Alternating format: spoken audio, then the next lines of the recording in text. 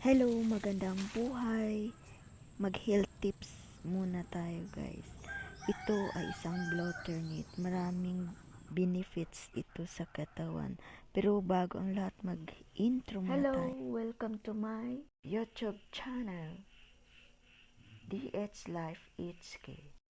Let's go! Please like and subscribe. Tara na guys, ipasyal ko kayo sa aming tanim na blotter-knit.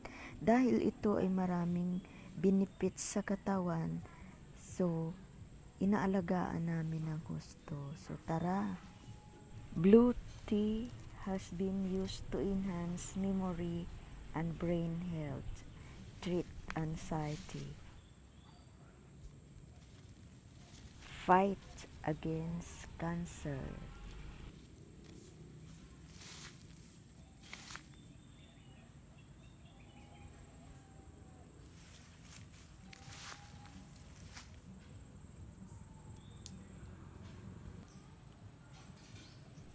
Anti-tumor.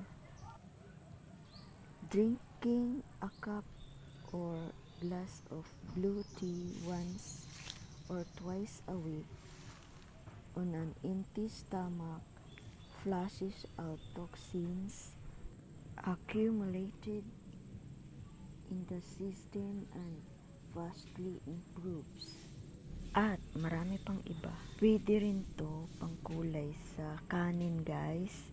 Usually yung mga Chinese dati nakita ko may color blue yung kanin. Ito pala yun. So tara guys, samahan niyo ako. I-prepare na natin. Madali lang siya gawin. So samahan niyo ako kung paano. Okay. Tara, manguha na tayo. So fresh, oh. Ang ganda pa ng kulay. Purple. Ayan, hugasan lang natin. Baka may uod. Tapos, kumuha ng empty glass or cup. Ilagay itong bulaklak ng blotter-knit. Lagyan ng fresh water, half glass. Tapos lagyan ng warm na tubig. Ayan, punuin. Okay, tapos hayaan lang natin siyang kulay niya ay maging blue. Ayan, ganyan. Pag ganyan, okay na siya guys. Pwede na inumin. Ayan.